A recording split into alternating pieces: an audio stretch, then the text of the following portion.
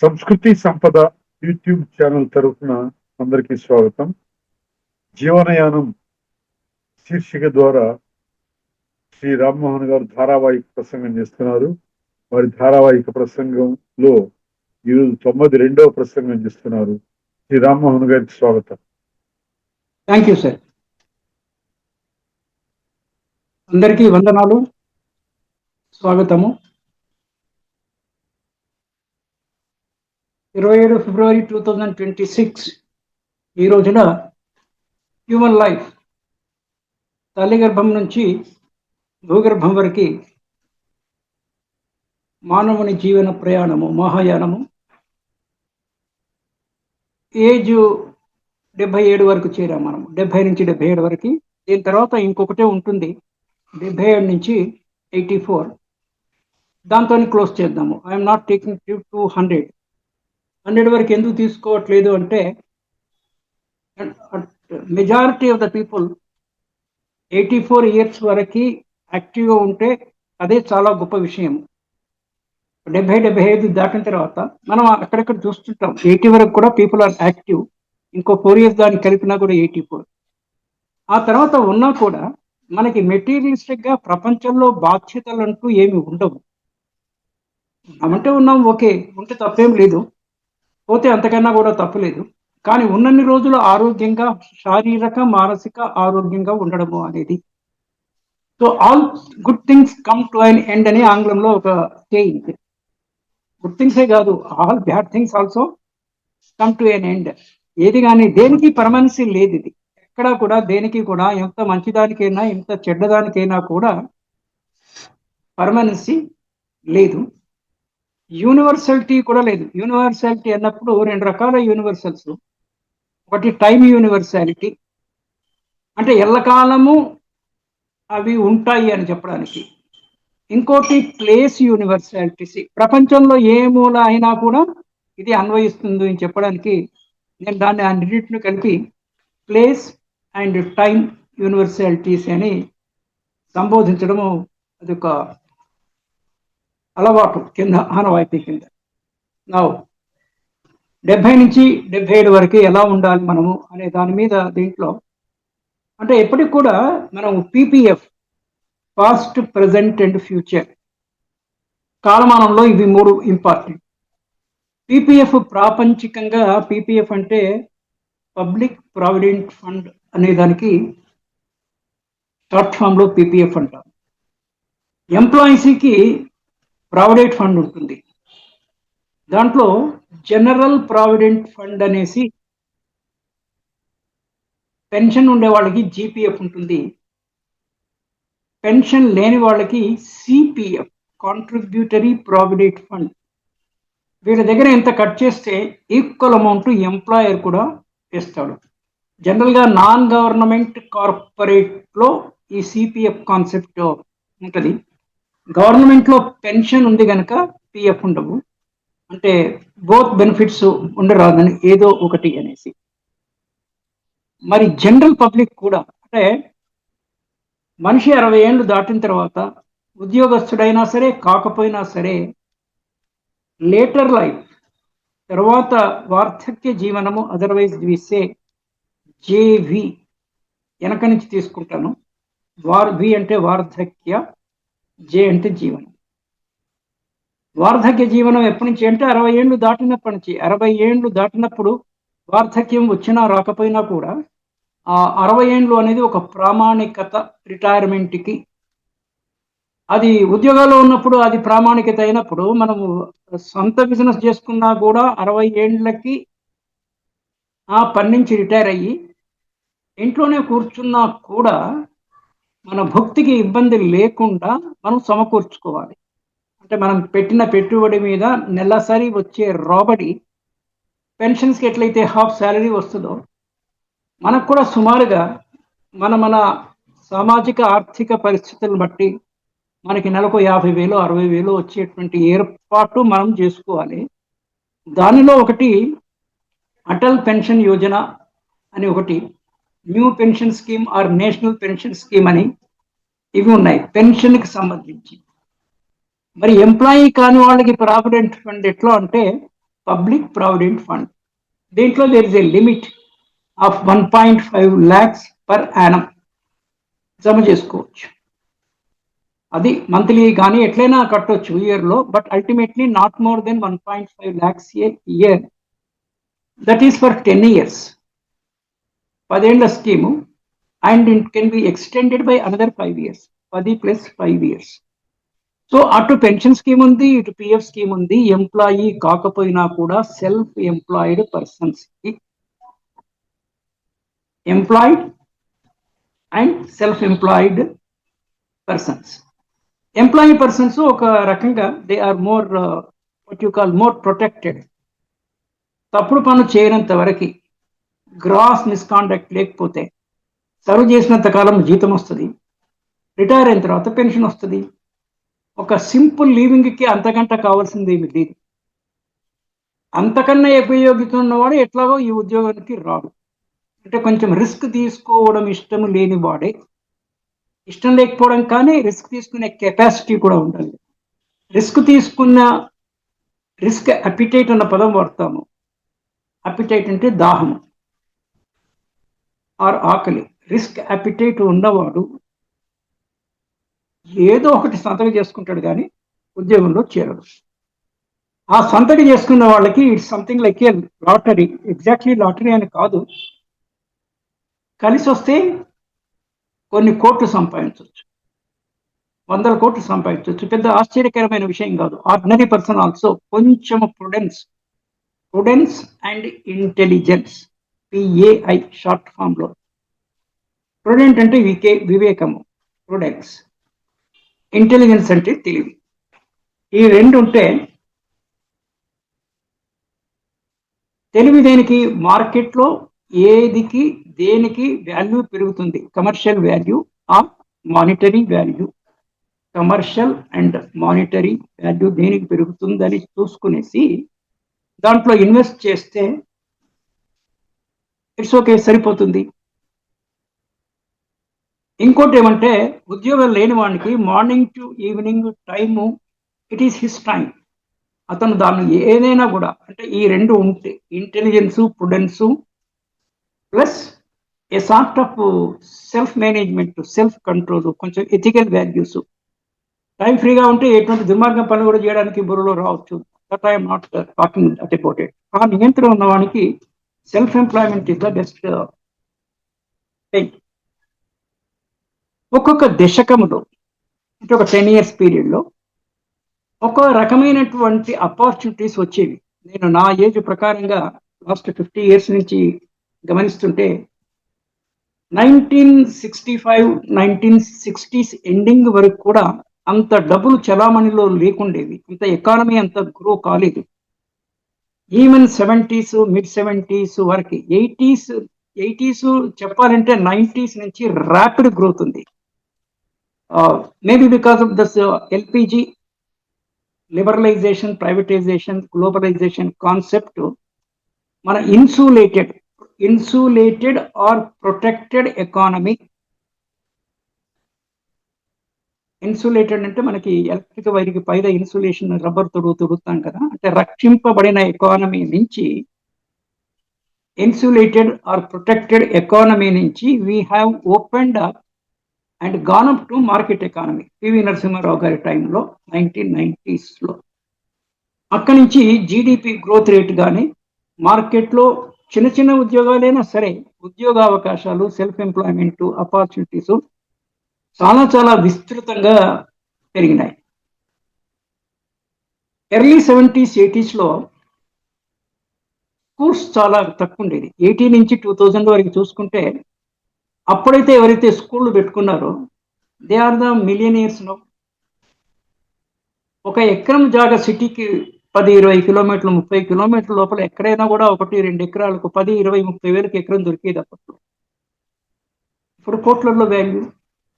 వీటన్నిటిని మిసే business opportunity ఒకటి, business చేస్తే ఐఓ ఇన్వెస్ట్మెంట్ ఆపర్చునిటీ, ఎక్కడ ఇన్వెస్ట్ చేస్తే ఎట్లా పెరుగుతుంది అనేసి, బిజినెస్ అండ్ ఇన్వెస్ట్మెంట్ ఆపర్చునిటీస్.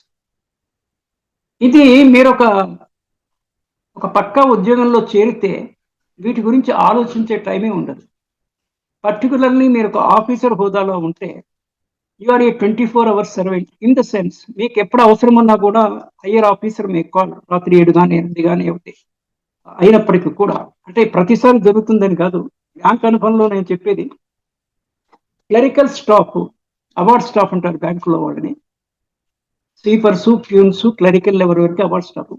వాళ్ళు టంచిన 5 గంటలకి టైం అయిపోగానే వాళ్ళు వెళ్ళిపోతారు. Nobody can stop them or question them. ఒకవేళ పని చేస్తే ఓవర్ టైం పే చేయాలి, ఓవర్ టైం మానేశారు చాలా రోజులకి, so they don't work also. Officers పనంతా చూసుకునేసి 6, 7, 8, 9 అయ్యేది మేము ఇంటికి వెళ్ళేప్పటికి. సో మీరు ప్రొద్దున 9 గంటలకు పోయి రాత్రి 10 ఇంటికి వస్తే మీరు ఇన్వెస్ట్మెంట్ గురించి ఆలోచించే ఓపిక, తీరిక, టైం ఇక్కడ ఉంటుంది. This is one thing. ఉద్యోగంలో చేరిన వారికి టైమే టైం. అండ్ ఇంత చేస్తే కూడా అంటే ఉద్యోగానికి వెళ్ళొద్దని నేను అనట్లా. That is also okay, this is also okay. కొంతమంది ఉద్యోగంలో ఉంటూ కూడా పార్ట్ టైంలో ఇన్వెస్ట్మెంట్ కొంత, లేకపోతే కొద్ది రోజులు వారు సెలవు తీసుకుంటారు. లాంగ్ లీవ్ లో కూడా మనకి casual leave, you got what is that privilege leave అని, ఎర్నెడ్ లీవ్ అని. ఎర్లీ లీవ్ అన్నా ప్రివిలేజ్ అన్నా ఒకటే, బ్యాంకులో ప్రివిలేజ్ లీవ్ అంటారు, గవర్నమెంట్లో చేసి earned leave. Earned and privilege leave అది తీసుకొని దే డూ వర్క్. కొంత లాంగ్ టర్మ్ లో లీవ్ కూడా ఉంటుంది.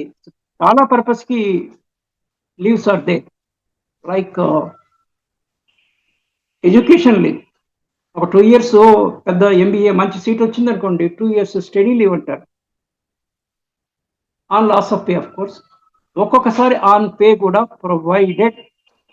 మీరు ఆ కోర్స్ చేసిన తర్వాత మళ్ళీ ఇక్కడ వచ్చిన తర్వాత ఇంకో 3 years 4 years పని చేస్తా అనేసి ఒక బాండ్ రాసిస్తే కనుక on salary deputation for doing higher education అది కూడా ఉంది. ఫర్ ఎగ్జాంపుల్ మీకు ఐఐఎంలో సీట్ వచ్చింది, Indian Institute of Management. It's a prestigious qualification. మీకు 2 years శాలరీ ఇస్తాము, but you have to at least work for 5 years after coming from there. మరి నీవు ఐఐఎంలో ఎంబీఏ చేయకముందు నీ వాల్యూ ఎంత ఉంది, నువ్వు అక్కడ చేసిన తర్వాత వచ్చిన తర్వాత your value goes up line. మీ పర్సనాలిటీలో, మీ ప్రొఫెషనల్ పర్సనాలిటీలో this a lot of change. సరే, ఇక్కడ నేను చెప్తుంది I'm comparing between a self employment and a paid employment. తక్కువ మందే పెయిడ్ ఎంప్లాయ్మెంట్ లో ఉంటారు, ఎందుకంటే వేకెన్సీస్ అనేది తక్కువ. మీరు స్టేట్ గవర్నమెంట్, సెంట్రల్ గవర్నమెంట్ ఈ రెండు, మూడవది లోకల్ బాడీస్, మున్సిపాలిటీస్, గ్రామ పంచాయతీ, జిల్లా పరిషత్, ఈ 3 తీసేస్తే కార్పొరేట్ లో, మంచి కార్పొరేట్స్ లో జాబ్స్ ఇవన్నీ కూడా కలిపి ఒక 10-20% eligible for employment in terms of age and qualification. Employment చూసేది రెండే, ఒకటి ఏజ్ బ్రాకెట్ లో ఉన్నావా, ఏజ్ అప్రాక్సిమేట్ గా 18 నుంచి మొదలుపెట్టి దానికి డబుల్ చేసుకోండి, 18 to 36 అనుకోండి మాక్సిమం. నేను చెప్తున్నాను, యూజువల్గా అయితే 18 to 25, 28 జాబ్ను బట్టి కొంత వెసులుబాటు. Qualification minimum 10th class, lowest job కూడా. కొంచెం జాబ్ పెరిగిన కొద్దీ intermediate, then degree. Degree is enough for any job, for any competitive examination that entails you, that results you a good job. Civil services kuda any degree is okay. So ఇవన్నీ ఉన్నప్పటికీ self employment లో దాన్ని తీసే కొంచెం high end self employment అయినప్పుడు, high end self employment తీసే entrepreneur. అంటే ఒక చిన్న కంపెనీ పెట్టుకుంటాడో ఆ కంపెనీ పెరిగి పెద్దదవుతుంది, వాళ్ళందరినీ వీసే entrepreneurship enterprise, they establish enterprise. నేను ఒకసారి జెమినీ ఛానల్లో long back 20 years back I shared this information earlier also. I think morning 8 to 8:30 materially successful people interviews వచ్చేవి. నాకు ఇవన్నీ కొంచెము సోషియోప్రూనర్ టైప్లో, ఇవన్నీ కొంచెము ఆసక్తి, లిటిల్ ఇంట్రెస్ట్. పెద్ద ఇదని కాదు, పెద్ద ఆసక్తి అంటే అన్ని తెలవాలి, అన్ని తెలుసుకోవాలి, మినిమం నాలెడ్జ్ ఉండాలి అనేసి. అంటే ప్రపంచంలో ఉన్న అన్ని యాక్టివిటీస్ లో కనీస పరిజ్ఞానం ఉండాలి మనకి. That is the number 1. 1-2 రంగాలలో ఏదైతే మనకి ధనార్జనకు అవసరమో దాంట్లో విశేష పరిజ్ఞానం ఉండాలి. విశేష పరిజ్ఞానము 1-2 ఆస్పెక్ట్స్ లో విశేషంగా ఉండాలి. కానీ ప్రపంచంలో ఏదున్నా ఇది నాకు తెలియదు అనకూడదు. Yes yes yes yes I know అన్న టైప్ లో ఉండాలి. అది మినిమం కనీస పరిజ్ఞానము. ఇదేమో విశేష పరిజ్ఞానం. సో దాంట్లో ఈ కృష్ణ ఓబరాయ్ హోటల్ అనేసి, ఇప్పుడు ఇట్ ఈస్ కృష్ణ తాజ్ కృష్ణ, ఆ కృష్ణారెడ్డి గారిది వాడిది ఒకసారి వింటా ఉంటుంది. ఆయన ఎంటర్ప్రైనర్. ఆయన చెప్పేవారు అంటే ఇంట్లో ఏదైనా చెప్తే ఇప్పటికి కూడా ఇది సత్యమైన విషయము. మనం ఏదైనా బిజినెస్ చేస్తా అంటే బిజినెస్ ఫ్యామిలీ కాకపోతే వాటిని విసే ఫస్ట్ జనరేషన్ ఎంటర్ప్రైనర్. వాళ్ళ తండ్రులు తాతలు ఎప్పుడు ఇటువంటి వ్యాపారం కానీ ఇది చేయలేదు. ఈ అబ్బాయికి ఏమో ఇంట్రెస్ట్ ఉంటే వీడు ఫస్ట్ చేస్తూ అంటున్నాడు, డబ్బులు కావాలంటున్నాడు, ఇవ్వకపోతే నేనే చూసుకుంటా, నేనే బ్యాంక్ నుంచి లోన్ తీసుకుని చేస్తా అంటే, కానీ ఇంటి వాళ్ళకి భయం. అంటే కొడుకు ఎక్కడ ఇబ్బంది వస్తుందో నష్టం వస్తుందో అనేసి వీడికి భయం ఎక్కువ, వీడికి ఇతనికేమో ఉత్సాహం ఎక్కువ. కృష్ణారెడ్డి గారు బాగా చెప్పారు. నేను ఒక లెవెల్ ఆఫ్ సక్సెస్ చవిచూచేంత వరకు ఇంట్లో నేను చేసే పనే వాళ్ళకి చెప్పలేదు. ఒక లెవెల్ ఆఫ్ సక్సెస్ నేను అచీవ్ అయినాక then only I started sharing my what activities I'm doing. Is a successful entrepreneur. ఏదో వాట్ ఎవర్ ఏ రంగంలో ఆయన తీసుకుంటారు. I think he into contracts as well as this buildings. ఇక తాజ్ కృష్ణ ఉంటుంది, ఇంతకుముందు తాజ్ ఓబరాయ్. అంటే బిల్డింగ్స్ వీళ్ళవి రన్ చేసే వాళ్ళు, హోటల్ను రన్ చేసే కంపెనీలు వేరే ఉన్నాయి మళ్ళీ, అవొక ఎంటర్ప్రైజర్షిప్. తాజ్ కృష్ణ అంటే హోటల్ కృష్ణారెడ్డి గారిది బిల్డింగ్, నడిపించేవాడు తాజ్ గ్రూప్ ఆఫ్ హోటల్స్ వాడు నడిపిస్తారు. That is the thing.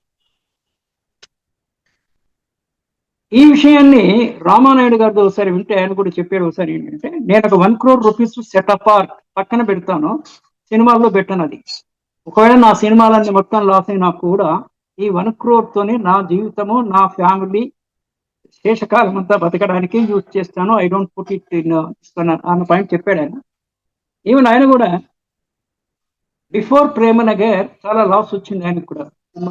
ఆయన కూడా బేసిక్ గా Karamchedu native, Prakasam district. Family agriculture family, బాగా ల్యాండ్ అది ఉన్నవాళ్ళే. కానీ బిజినెస్ ఒక్కసారి చెప్పలేము కదా. ప్రేమ్ నగర్కి before he was into losses. Prem Nagar hit అవడంతోనే ఆయన లాసెస్ అన్ని recovery, and then he was on path of progress అంటాం మనం, POP, path of progress.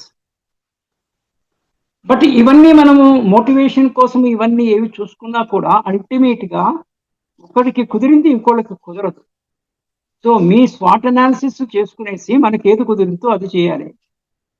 So ఇదంతా మనం 70-77 ఏళ్ళ వరకు ఇవన్నీ ఆల్రెడీ చవి చూసి ఏదో ఒక దిశలో సెల్ఫ్ ఎంప్లాయ్మెంట్ చేసిన అయినా కూడా ఈ ఏజ్కి రాక తప్పదు, రిటైర్ అయినా ఈ ఏజ్ రాక తప్పదు. ఇవన్నీ చూసే జీవితాన్ని అనుభవించే రంగరించి వడబోసి we have reached this age of 70 to 77. So ఇప్పుడు ఫ్యామిలీ రెస్పాన్సిబిలిటీస్ అనేకమైనాయి.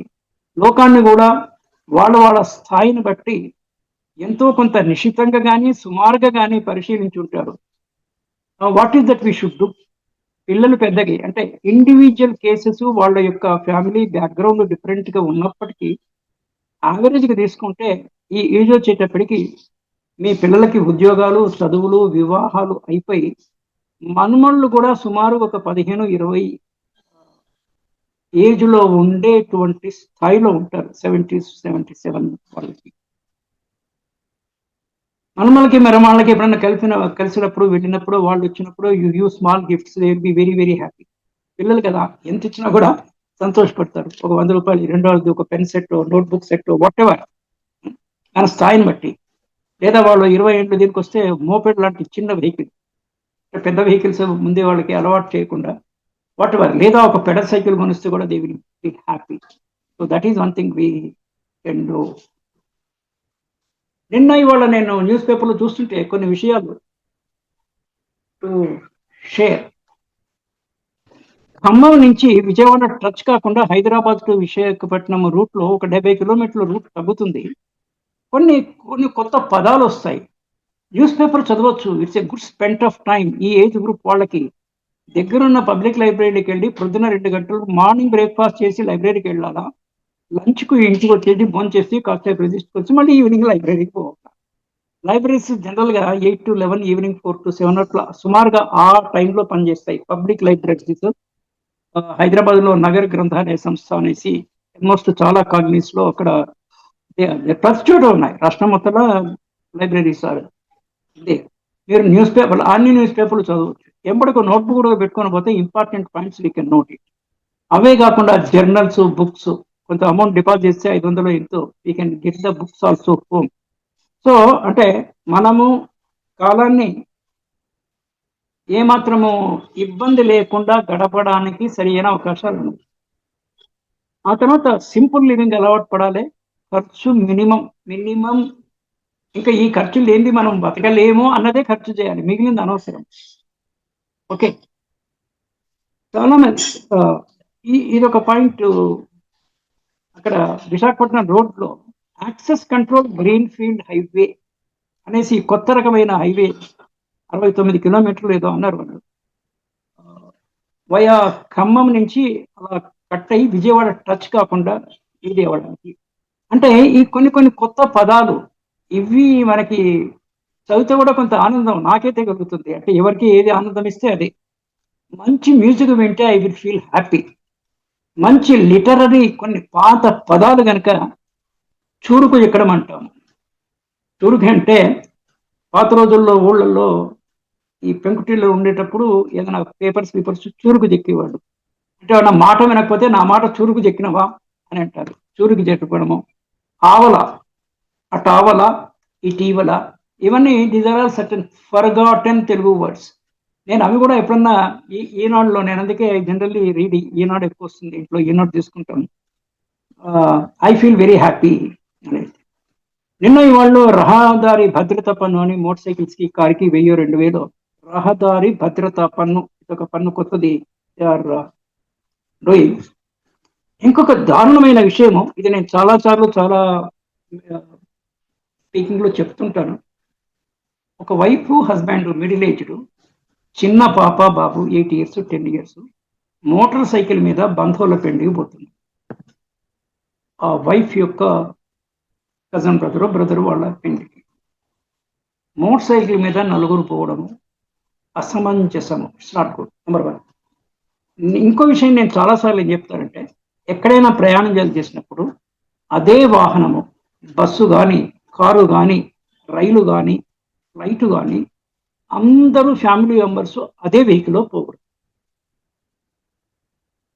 అంటే చాలా దూరదృష్టితోని, అంటే సేఫ్టీని దృష్టిలో పెట్టుకునేసి, ఇప్పుడు ఏమైంది, నేను పేపర్లో వచ్చింది, వీళ్ళు ఏదో టర్న్ తీసుకుంటే ఎంతలో స్పీడ్లో వచ్చే మోటార్ సైకిల్ తగిలి 4 2 స్పాట్ డెడ్, 2 కండిషన్ సీరియస్గా ఉంది.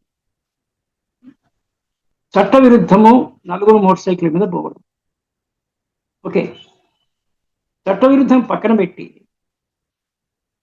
2 బస్సులో పోవచ్చు కదా. ఒక వైఫ్, ఒక చైల్డ్ ఒక బస్సులో వెళ్ళి నెక్స్ట్ బస్సులో, ఒకే బస్సులో కూడా 4 ప్రయాణం చేయొద్దని నేను చెప్పేది.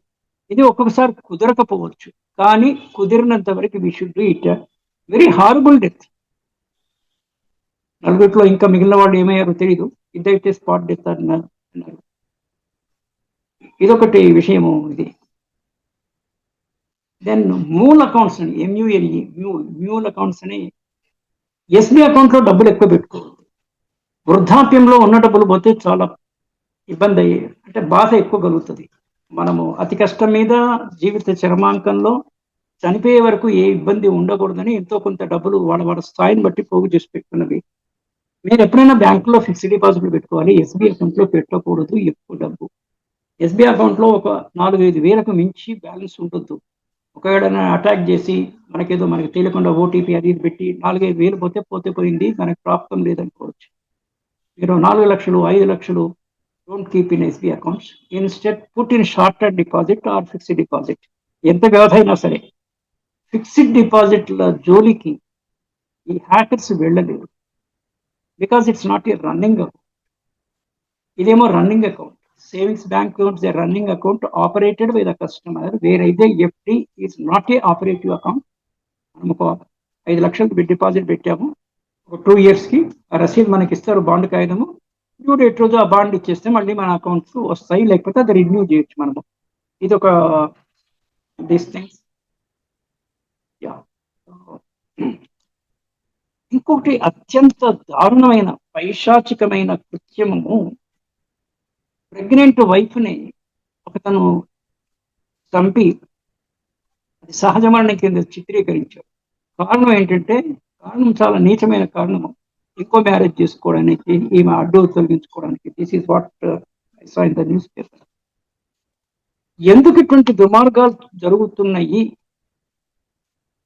అంటే దీనికి కొంత అన్వేషణ, కొంత రీసెర్చ్ అవసరం. అంటే philosophical, psychological and philosophical point నుంచి రీసెర్చ్ చేస్తే ఎవరికి దొరికే సమాధానం వాళ్ళకి దొరుకుతుంది. We are all pawns, P A W N S. భగవంతుని చేతిలో మనం ఒక కీలు బొమ్మలము, చదరంగపు పావులము. కొంతమందిని మంచి పనికి వినియోగిస్తాడు, కొంతమందిని చెడు పనికి వినియోగిస్తాడు. మంచి చెడు, రైట్ అండ్ రాంగ్. కొంతని పాపకార్యాలకు వినియోగించు, కొంతమంది పుణ్యకార్యాలకి వినియోగించు. కానీ మనము ప్రాపంచిక నాలెడ్జ్తో ఏం చేస్తున్నామంటే, అరే వాడు దుర్మార్గుడు, అట్లా చేసిండు, వీడిని కొట్టిండు, వాడిని చంపిండు అనేసి. ఒక ఫ్రెండ్కే సుపారీ ఇచ్చేసి ఒక ఫ్రెండ్ని చంపించాడు. ఇది ఒక 2 days back news what we idea. Cause and effect అనే ఒకటి. అంటే what you sow you reap the same అనేసి. అంటే మీరు యాపిల్ ఇది పెడితే, యాపిల్ చెట్టు పెడితే యాపిల్ పండే వస్తుంది, వంకాయ చెట్టు పెడితే వంకాయలు వస్తాయి. ఇది కామన్ సెన్స్ పాయింట్. ఇది ఇంకేం పొద్దు ఇదేం లేదు. వంకాయ చెట్టు పెట్టి సీతాఫలకాయలు తేరమట్టు వస్తుందా? రాదు కదా.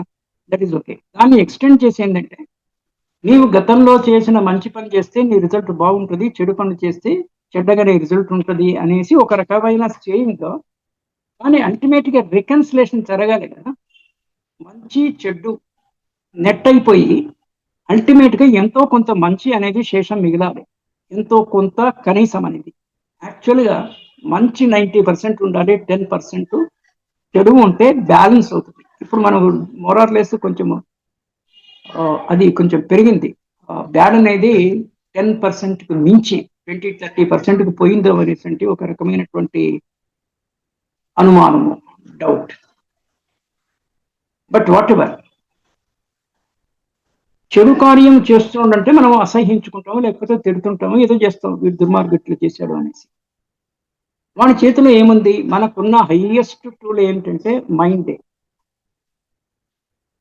మైండ్ మన కంట్రోల్లో ఉందా, మైండ్ కంట్రోల్లో మనమున్నామా అంటే ఇట్ డిపెండ్స్. కొన్నిసార్లు మైండే మనల్ని నియంత్రిస్తే మనల్ని లాక్కెడుతుంటుంది, దాని ప్రకారం మనం పోతాం. చాలా విజ్ఞులైన వాళ్ళకి, ఇవన్నీ భగవద్గీత సారాంశంలో కూడా పదాలు వేరే అయినా కూడా అల్టిమేట్ సమరీ ఇదే ఉంది. మనస్సు మన నియంత్రణలో ఉంటే, మనస్సును అది చెప్పినట్టు మనం వినకుండా, నేను చెప్పినట్టు నువ్వు చెయ్యి, యూ జస్ట్ గైడ్ మీ అంతే, you follow me, you don't show me the path. మార్గదర్శనం నువ్వు చేయాల్సిన పని లేదు.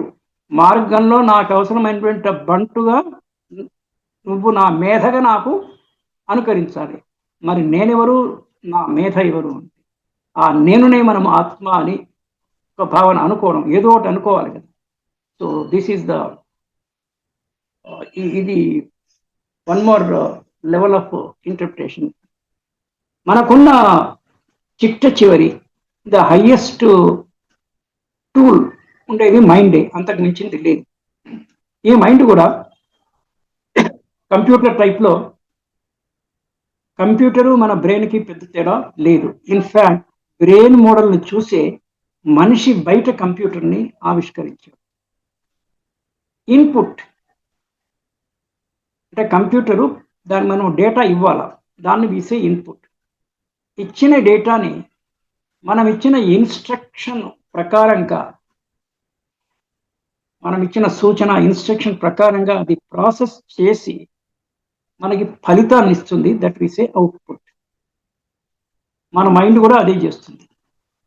మన మైండ్ అబ్జర్వ్ చేస్తుంది, బయట అబ్జర్వ్ చేసి అది గ్రహించి దాన్ని లోపల ప్రాసెస్ చేసి ఆ తుది సరుకు, ఇన్పుట్ ఏమో ముడి పదార్థము, ప్రాసెస్ అయిన తర్వాత తుది సరుకుని సబ్ కాన్షియస్ మైండ్లలో స్టోర్ చేసి అవసరమైనప్పుడు పైకి తీసుకొచ్చి వినియోగిస్తుంది, లేదా వేరే వాళ్ళకి ఇట్ విల్ బి షేర్, అవసరమైనప్పుడు వేరే వాళ్ళకి యూజ్ ఇట్.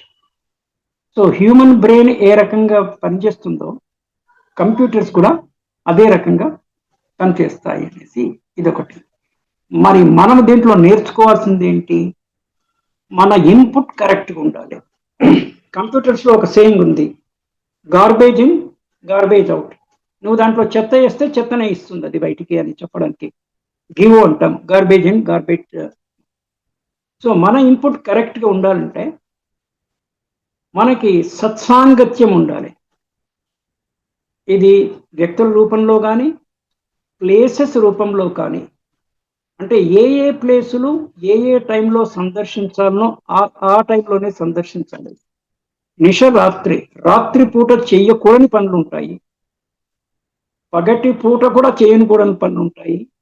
ఏ టైంకి ఏ పని చేయాలో అదే పని చేయాలి. దీన్ని ఐసే పీపీటీ. ఫస్ట్ పీ పీపుల్, రెండవ పీ ప్లేసెస్. ఏ టైంలో ఎప్పుడు సందర్శించాలి ఏ ప్లేస్ని, ఎప్పుడు సందర్శించకూడదు.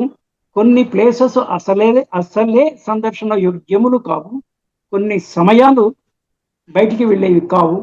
ఇవి గ్రహించుకొని at the end of the life comfortable goodbye చెప్పాలి.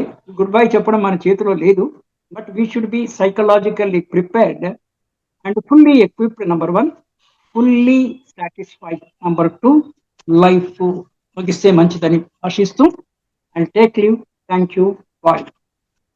జీవనయానం శీర్షికలో ధారావాహిక ప్రసంగం చేసిన శ్రీ రామ్మోహన్ గారికి ధన్యవాదాలు.